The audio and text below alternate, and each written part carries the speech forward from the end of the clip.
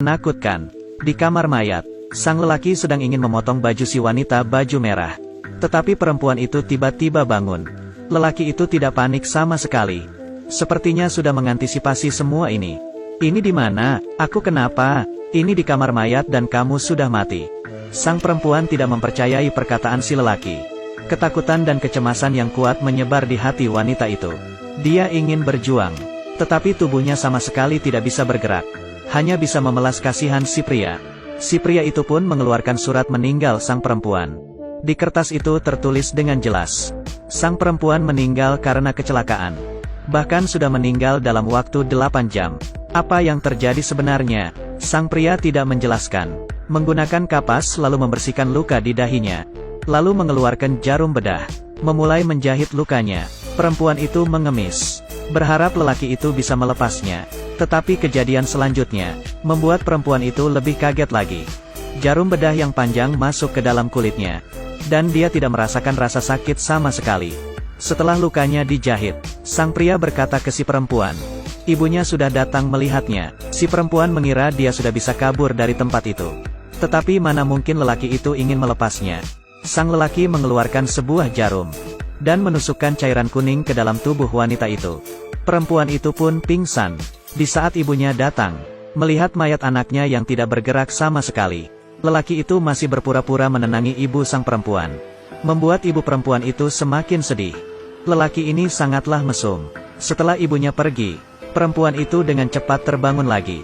Dia ingin membuktikan bahwa dirinya masih hidup. Dengan lekas memegang lehernya, tetapi leher maupun pergelangan tangannya, dia tidak merasakan denyut nadinya. Wanita itu bahkan membanting tangannya ke pipa besi. Tidak sakit, dia tidak merasakan apa-apa. Perempuan itu mulai sedikit tumbang.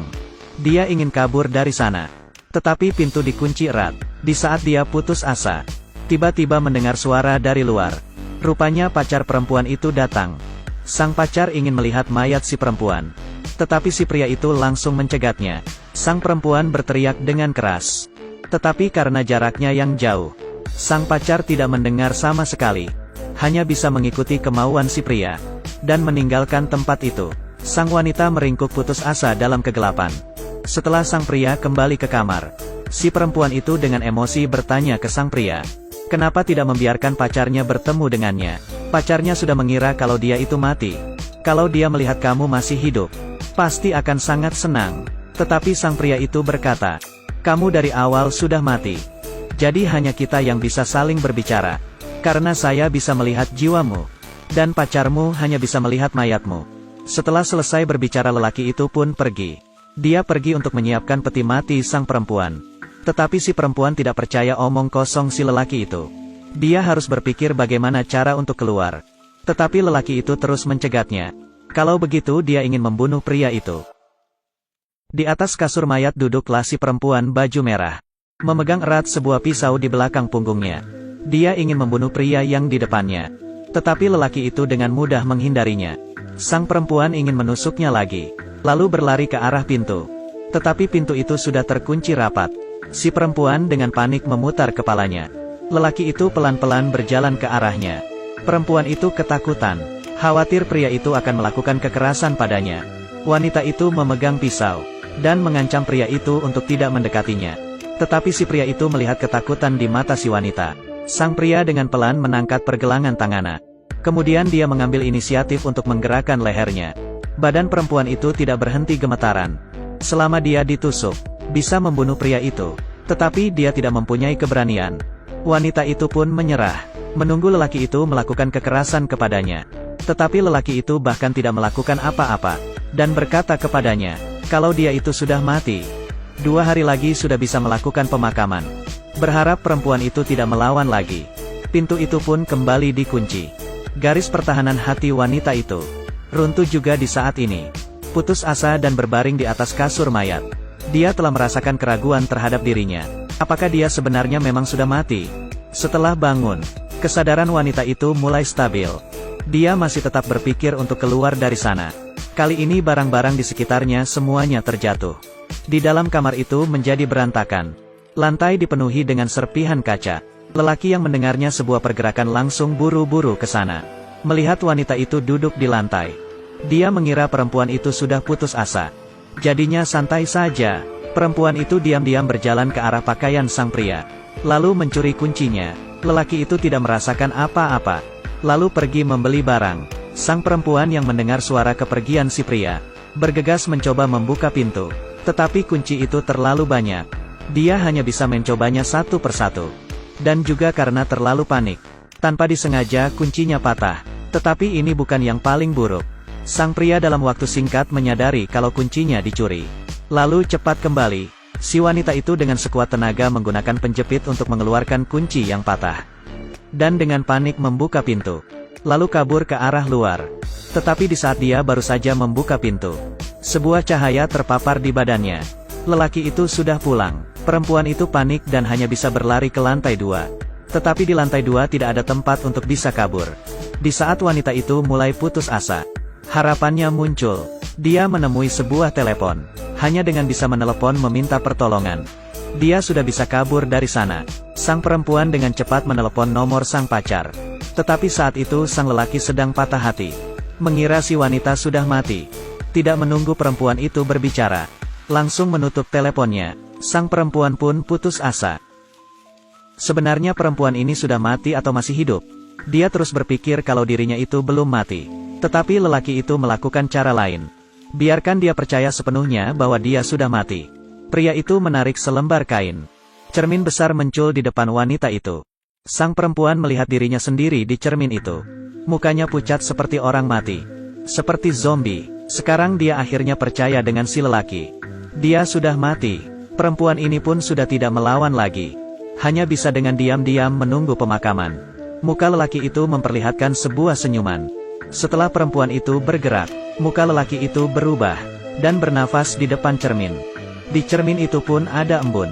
Ini membuktikan bahwa nafas sang wanita itu ada suhunya. Perempuan itu tidak mati. Tetapi belum juga perempuan itu mengangkat kepalanya. Lelaki itu menggunakan sapu tangan dan menghapus kabut itu. Tetapi lelaki itu juga tidak kepikiran. Hal ini bisa dilihat oleh laki-laki di luar jendela. Lelaki itu adalah muridnya sang perempuan. Keesokannya, lelaki itu bergegas memberitahu pacar sang perempuan. Pacarnya terus memikirkan sang perempuan sampai sudah mau gila. Tidak peduli berita itu benar atau tidak. Dia langsung menuju ke tempat tersebut. Tidak mempedulikan cegatan lelaki itu. Langsung masuk ke dalam kamar. Tetapi pintu kamar mayat itu dikunci. Sang pacar dengan sekuat tenaga mendobrak pintu itu. Berharap ada respon dari sana. Ini adalah kesempatan yang paling baik untuk wanita itu kabur. Tetapi dia sudah menyerah. Karena jauh di dalam hatinya, dia sudah mengira dirinya itu benar-benar sudah mati. Tidak ingin menyusahkan orang lain. Sampailah di hari pemakaman wanita itu. Terbaring di dalam peti mayatnya, sang perempuan mengatakan permohonan terakhirnya. Dia ingin melihat sekali lagi penampilannya sendiri. Sang lelaki membawakan cermin. Sang perempuan melihat dirinya yang cantik. Melihat warna lipstik yang sangat hidup. Satu nafasnya membuat kabut di cermin tersebut. Sang perempuan pun mengerti. Dia belum mati. Dia sudah dibohongi oleh pria itu. Dia ingin terus hidup. Tetapi sang pria menahan tangannya dengan kuat. Lalu menyuntik lehernya dengan obat yang masuk ke dalam tubuhnya. Perempuan itu pun pingsan. Lelaki itu mengambil kamera, lalu memfotoi perempuan tersebut. Pemakaman dilanjutkan. Para kerabat datang untuk berduka. Bulu mata sang perempuan tidak berhenti bergerak. Tetapi tidak ada orang yang menyadarinya. Di akhir acara pemakaman, pacarnya datang. Dia memakaikan cincin di jari perempuan itu. Memberikan ciuman terakhir. Tetapi di saat dia memutar badan untuk meninggalkan tempat itu, mulut perempuan itu sedikit bergerak. Sayangnya dia tidak melihatnya. Perempuan itu pun bangun, dan telah dikurung di bawah tanah. Dia berteriak putus asa, menggunakan kedua tangan mendorong pintu peti. Tetapi tidak ada orang yang bisa mendengar suaranya. Di sisi lain, sang lelaki menempel foto si perempuan di dinding. Bagian yang menyeramkan pun muncul. Di dinding dipenuhi dengan foto. Si pria menggunakan cara yang sama. Membunuh ratusan orang. Tetapi sampai di sini masih belum selesai. Sang lelaki menemui pacar si perempuan di bar. Dan memberitahunya, sang perempuan mungkin saja masih hidup. Kalau tindakannya cepat, masih bisa menarik perempuan itu keluar. Sang pacar yang setelah mendengarnya, dengan melaju cepat pergi. Tetapi dia sudah minum terlalu banyak alkohol. Tidak merasakan kecepatan menyetirnya sangat cepat. Tiba-tiba dipaparkan sebuah cahaya. dan terbangun lagi. Pacarnya itu sudah berada di atas kasur mayat. Lelaki ini pun muncul lagi. Lelaki ini memberitahunya, kalau dia sudah mati. Sang pacar ingin berjuang, tetapi badannya tidak bisa bergerak sama sekali.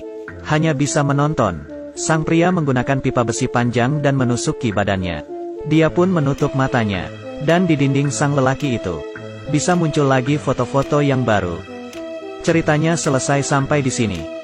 Harus dikatakan, lelaki ini sudah sepantasnya harus mati.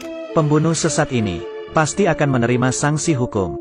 Jalan terang yang benar. Jangan pernah melepaskan orang jahat. Selamat tinggal semuanya.